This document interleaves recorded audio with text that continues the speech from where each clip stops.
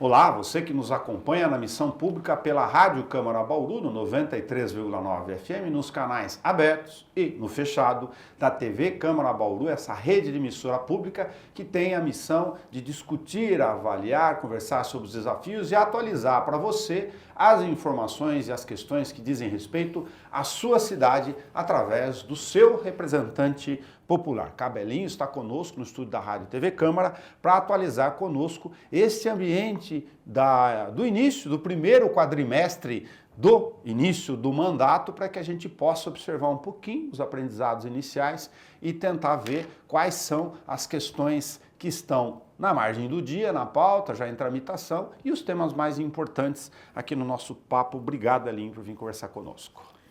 Olá, bom dia, Nelson, bom dia a todas as pessoas que nos acompanham aí através da TV Câmara, da Rádio Câmara ou das mídias sociais. É sempre um prazer poder estar aqui com vocês.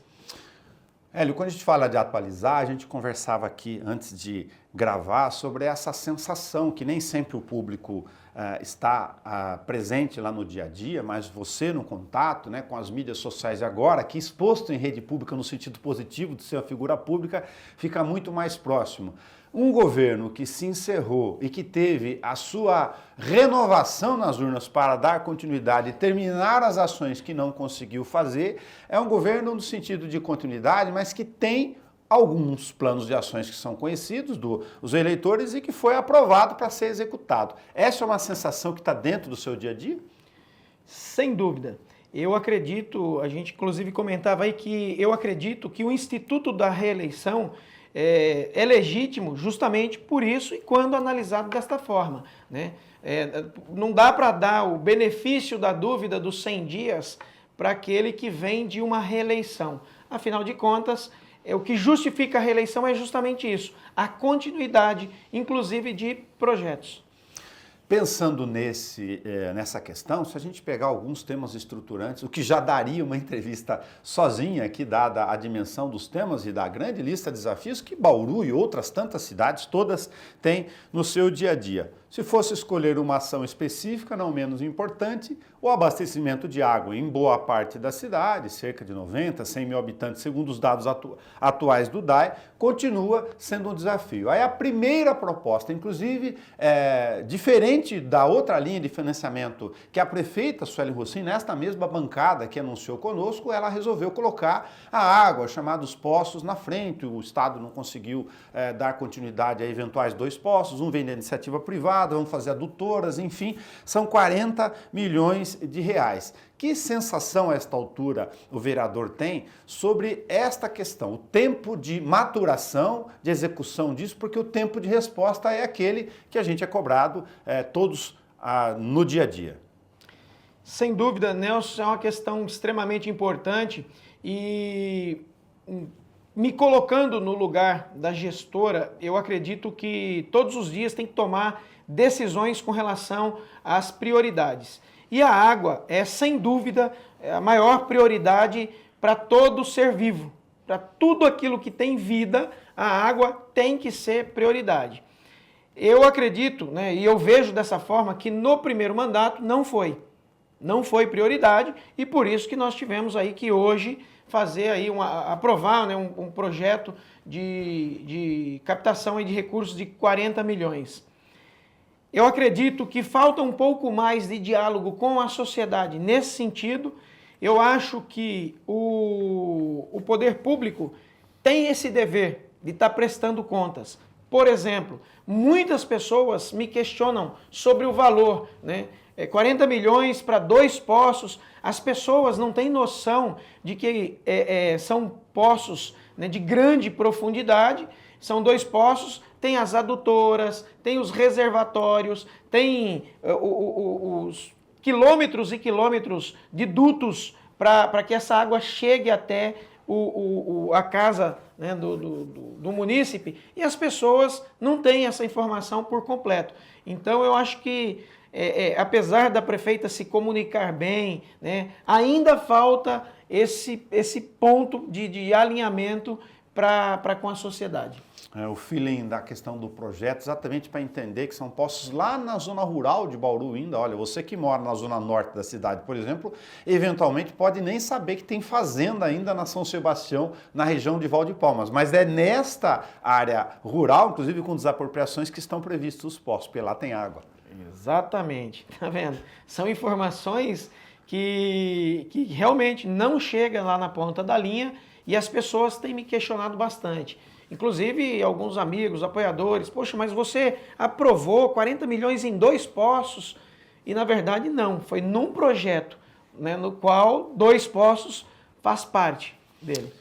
Hélio, saneamento, esgoto, como se sabe, já era uma demanda, uma carência, até uma ansiedade natural do bauruense, do investidor para atração de empregos, indústrias. Só vem grandes empresas que pensam em médio e longo prazo, não de curto prazo, em cidades que têm indicadores de saneamento muito eficientes. E tem inúmeras cidades, felizmente, melhores do que a nossa. Não por acaso, a gente sempre lembra aqui com certa tristeza, mas como desafio, que somos Bauru, uma cidade de 400 mil habitantes, a última com mais de 100 mil habitantes que não tem nem 5% do seu esgoto tratado. Porém, a linha no fim do túnel, a questão da concessão, que tem a maturação do Tribunal de Contas, você vê como algo dentro dessas prioridades estruturantes que a gente fala que precisa ser resolvido? Sem dúvida, Nelson. Nós somos questionados todos os dias, né? Por quem nos apoiou, por quem votou e também por quem não votou, e eu acho justo, porque o vereador é vereador de uma cidade, né? E não só de pessoas. A prefeita é prefeita da cidade e não só de quem tem simpatia com ela. E eu vejo que a questão da água e do tratamento de esgoto são as duas questões assim fundamentais para que Bauru possa evoluir, para que Bauru possa crescer, para que Bauru possa melhorar a qualidade de vida de qualquer pessoa, seja lá da ponta da linha ou as pessoas mais abastadas da área sul, da região sul. Se não focar no tratamento de água e de esgoto, Bauru não anda. E isso é uma realidade que a gente tem que trazer sempre para as pessoas, porque, como você bem disse, né, com seu conhecimento, sua experiência, as empresas, as grandes empresas, não se instalam em municípios que não têm o tratamento adequado de esgoto, que não tem o fornecimento adequado de água. Então, se eu puder listar, né, alguns gargalos, alguns problemas que de fato afeta a cidade de Bauru como um todo, é a questão da água e do esgoto. Resolvendo essas duas questões, Bauru vai dar um salto para o futuro, com certeza. Hélio, é inevitável a gente conversar contigo, até por força da sua experiência profissional e desse aprendizado para trazer para a gente aqui essa qualificação de debate. Eu me refiro às questões relacionadas que são multissetoriais da segurança pública. Aliás, eu vou convidar aqui um parênteses, você da rádio e da TV Câmara, aí no YouTube pegar a nossa entrevista anterior do Fala Câmara Entrevista, só ver lá, Fala Câmara Entrevista, digitar Cabo Elinho, ou Elinho só, vereador, você terá um programa onde a gente falou sobre várias segmentações relacionadas exatamente aos desdobramentos, os vários vetores da segurança pública. Mas nós estamos gravando aqui para atualizar exatamente no dia posterior a uma sessão onde o Legislativo foi, através de uma indicação de um parlamentar, chamado a aprovar um projeto que é uma medida do Executivo, a gente reconhece aqui do ponto de vista legal, mas para marcar posição no mínimo para dizer o seguinte, olha, as escolas e os postos de saúde, as unidades de assistência social lá da periferia precisam ter vídeo monitoramento. Lembrar a fala do Elinho. Sozinho resolve o problema? Não. Mas sem o equipamento é ainda pior. Como é que você vê essa demarcação de tempo? Se é um recado social, de certa forma, isso de dizer, olha gente, isso aqui já era para ter sido instalado. É um problema, realmente, né, porque a segurança pública também é urgente. E eu costumo dizer que a segurança pública, né, não é assim um ato, eu vou criar a polícia X ou Y, eu vou criar uma modalidade de policiamento diferenciada. Não é isso que vai resolver o problema da segurança pública. Por quê? Porque é multissetorial, porque demanda tempo. Então, nós precisamos E aí nós, vereadores, ainda mais, né, porque nós temos que dar resposta para a sociedade, a gente precisa do projeto, aquela coisa plausível que você vê, que você estuda, né? E ainda não temos, mas a gente entende a questão da burocracia do poder público com relação à lei que exige licitação, as questões, né, de licitação impugnada que atrasa demais o andamento, o crescimento da cidade, mas Bauru carece de projetos e esses projetos eu ainda não vi. Falando em questão setorial, um outro vetor importantíssimo aqui, que está no outro programa, de novo, me refiro a ele, com o Cabo Elinho, e vou tratar dele pontualmente para atualizá-lo. Na fala do vereador, ele comenta sobre uma questão que não é uma contradição para você entender, mas um debate importantíssimo do ponto de vista de conteúdo, exatamente da falta de diálogo para temas estruturais e complexos que a gente está falando aqui. Me refiro à instalação da Guarda Municipal, que está no projeto de lei em tramitação na casa, portanto estamos gravando aqui durante a tramitação. Se for aprovado, não temos nem estrutura nem cargos, mas não estou me referindo a isso. Estou me referindo ao fato de que nas cidades de porte média, a TV Câmara acabou de estar presente em Rio Preto, preciso trazer isso para o debate, foi em Ribeirão Preto, cidades muito potentes do ponto de vista de comércio e serviços e maiores, inclusive, que nós. E lá verificamos os dois componentes que o Hélio chamou a atenção. Olha, tudo bem, vai se optar para a Guarda Municipal, só que isso não salva tudo. Tem que saber a finalidade, a atribuição e uma questão importante a se mencionar. Nas cidades de porte médio que tem comandos, a Polícia Militar, vendo que o município assumiu algumas atribuições, ela tem efetivamente reduzido o seu contingente. Como é que você vê essa preocupação no debate? Esse é um ponto, Nelson, que eu ouso discordar, porque essa questão do investimento, né, menor da Polícia Militar, ela não é o que eu como profissional de polícia por 30 anos, não é o que eu percebo. Mas existe um dado que é real. O número de policiais diminuiu ao longo dos anos.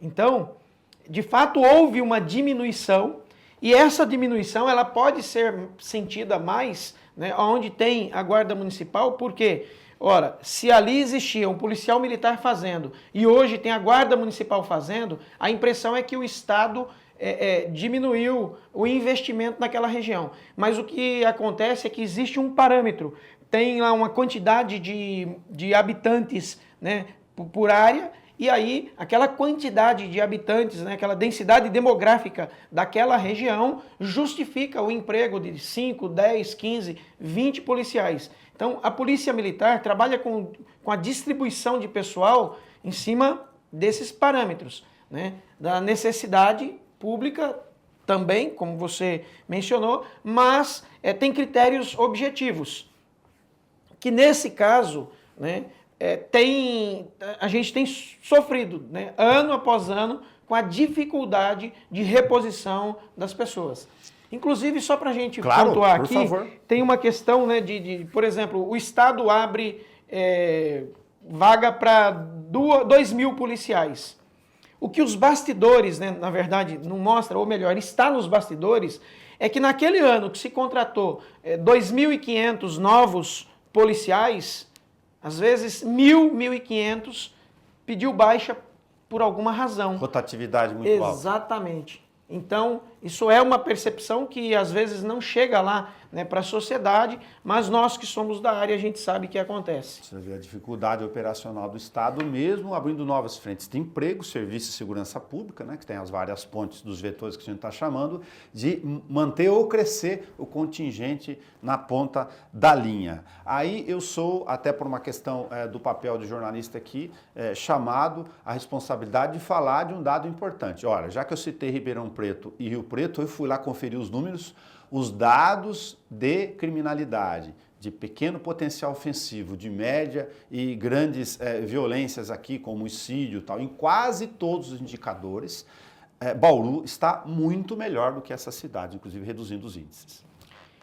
Aí eu vou puxar eu sou obrigado a citar a sardinha, né, para o nosso lado, porque Bauru sempre foi uma cidade de vanguarda nesse sentido. Sempre apresentou bons índices dentro do estado de São Paulo, né? A gente sempre conviveu com um detalhe que às vezes é muito positivo, né? O comandante ser da cidade. Porque nenhuma instituição gigante como é a Polícia Militar, acontece, né, do sujeito, por exemplo, ser promovido, ele é tenente, ele é promovido a capitão e não tem vaga para capitão naquela cidade. Aí ele é transferido para uma outra cidade, né, distante. Diminui o comprometimento? Não diminui o comprometimento, mas aquela vontade, aquele conhecimento da área, das pessoas, aquilo que norteia inclusive a filosofia de polícia comunitária, diminui no indivíduo. E aí eu sou prova viva disso. Legal. Para fazer menção a esse dado, de que forma você vê que o instrumento já teve outros tantos nomes lá atrás ao longo do tempo, mas especificamente das bases comunitárias da Polícia Militar, que não está presente hoje fisicamente em algumas das regiões, se isso está sendo compensado com as questões de monitoramento regionalizado, com o serviço de inteligência, ou se essa sensação que a gente gosta de ter a farmácia, o posto da PM na frente de casa, junto ou próximo da escola e da praça, faz algum efeito ainda do ponto de vista de indicador ou de inteligência policial? Faz bastante efeito. Infelizmente, nós estamos perdendo isso pela questão da quantidade mesmo, né, de pessoas, mas esse modelo de policiamento comunitário, da base comunitária lá no bairro, vem do Japão, Sujaisho e Kobans. Né? Na época, a gente teve, inclusive, na época da minha atividade, em tempos de soldado, a gente teve algumas palestras, inclusive com japoneses que vieram para explicar o funcionamento, o modelo. E a gente sabe que são realidades diferentes da questão cultural, né? Da educação das pessoas, mas eu entendo que funciona muito bem, porque as pessoas começam a ter mais literalmente proximidade, intimidade, a ponto de ir lá numa base de polícia para fazer denúncia de problema que está ocorrendo na região. Então, isso nós estamos perdendo, não é nem por falta de estratégia de comando, é por falta de necessidade mesmo. Nós está diminuindo o efetivo a cada ano e eu acho que o Estado, né, tem que repensar tudo isso, porque se a gente pegar os melhores índices, né, de segurança, é justamente nessa época em que as bases estavam lá na ponta da linha, lá na região, né, e as pessoas tendo esse acesso direto. Pensando na página 2, um olhar aqui para aproveitar, sempre explorar o Hélio do ponto de vista da sua experiência, né, como homem público representante popular, eu me refiro aqui a um debate que surgiu, no meio de tantos outros sobre segurança pública, sobre a presença em Bauru, Rio Preto, Ribeirão, Campinas, Piracicaba, cada um tem a sua dimensão em algum grau. Aqui nós estamos com uma concentração na região noroeste, onde, segundo alguns observadores, inclusive especialistas, o fato de termos muitos jovens, menores de 18 anos inclusive, assumindo o comércio, a chefia daquele comércio da drogadição no dia a dia, da pequena porção de maconha, crack, não importa, do ponto de vista estrutural, olhando o crime sim como um negócio, não passando a peneira, estaria nesta leitura o fato de que para as grandes facções, organizações criminosas, não é muito custo-benefício ficar lá na ponta do sistema, ter que ter intervenção comunitária, e isso é um retrato de um ajuste do meio que preocupa porque cada vez mais a polícia está tendo enfrentamento em relação a esses menores. Sem dúvida. É bom conversar com um jornalista experiente, né, porque ele traz à tona aí um problema extremamente atual, né, é recente, é atual e assim, funciona realmente como uma empresa. Você não vê os proprietários de grandes empresas na ponta da linha tratando diretamente com o cliente. Ele coloca lá pessoas, né, e vai fiscalizar à distância através de um sistema hierárquico piramidal. E é exatamente assim que o crime organizado funciona, né? Através de uma estrutura piramidal, onde na base tem sempre uma quantidade muito maior de pessoas, né? E os gestores, né? Os grandes líderes criminosos estão lá na ponta da linha. E o que acontece hoje nessa estrutura piramidal? Uma ruptura, né? No sentido deles não agir diretamente, até pela questão da responsabilidade penal, né? Se livra mais fácil do ao invés sistema. de falar assim, olha, você é um sócio, né, da empresa, você participa desta organização, não você tem o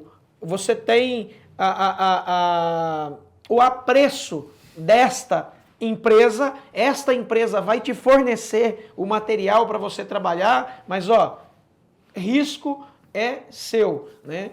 O risco é totalmente seu. Então, começa a ficar assim, distante, naquela estrutura piramidal, começa a ficar distante da base. Uma ruptura mais ou menos ali no meio, para que as lideranças passem a ter menos risco, né? E aí trabalha só com o lucro mesmo, só com a gestão da coisa. É o crime organizado, se organizando, né, e evoluindo. E é bom registrar que quanto mais o crime evolui, a sociedade ordeira regride. Essa é uma realidade. Onde prevalece o crime, obviamente, a sociedade paga um preço. Parece uma terceirização conveniente aí por vários fatores. Exatamente. Que você comenta, né? Exatamente.